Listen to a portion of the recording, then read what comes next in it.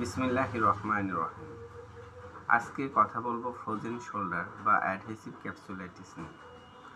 মূলত public health অ্যাপ্রোচে কথাগুলো হবে যে জনস্বাস্থ্যে আসলে আমাদের এটা কীরূপ প্রভাব পড়ে বা এর বিরূপ প্রতিক্রিয়া কী হয়। আসলে 40 থেকে 60 বছর বয়সী যে কোনো ব্যক্তি এই রোগে আক্রান্ত হতে পারে, তবে পুরুষের তুলনায় মেয়েরাই বেশি আক্রান্ত হয়। এছাড়াও যাদের ডায়াবেটিস আছে তাদের এই ঝুঁকি আরও বেড়ে যায়। আসলে এরকম রোগীদের ক্ষেত্রে কি করণীয়?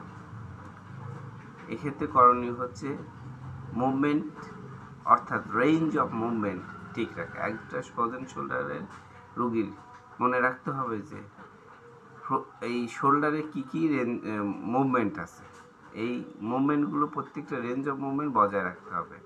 ব্যথা হলে ফার্মাকোথেরাপি অর্থাৎ ওষুধ খেতে হবে, পাশাপাশি স্ট্রেচিংযুক্ত ব্যায়ামগুলো করতে হবে। বিশেষজ্ঞ ফিজিওথেরাপির তত্ত্বাবধানে ব্যায়ামগুলো শিখে নিতে হবে।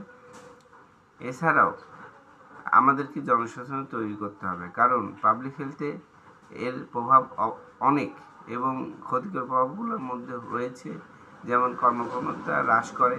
এছাড়া দীর্ঘদিন এই রোগে ভোগার ফলে রোগীদের মধ্যে একটা মানসিক চাপ তৈরি করে, যা কিনা রোগীর অবসাদগ্রস্ততা তৈরি করতে পারে।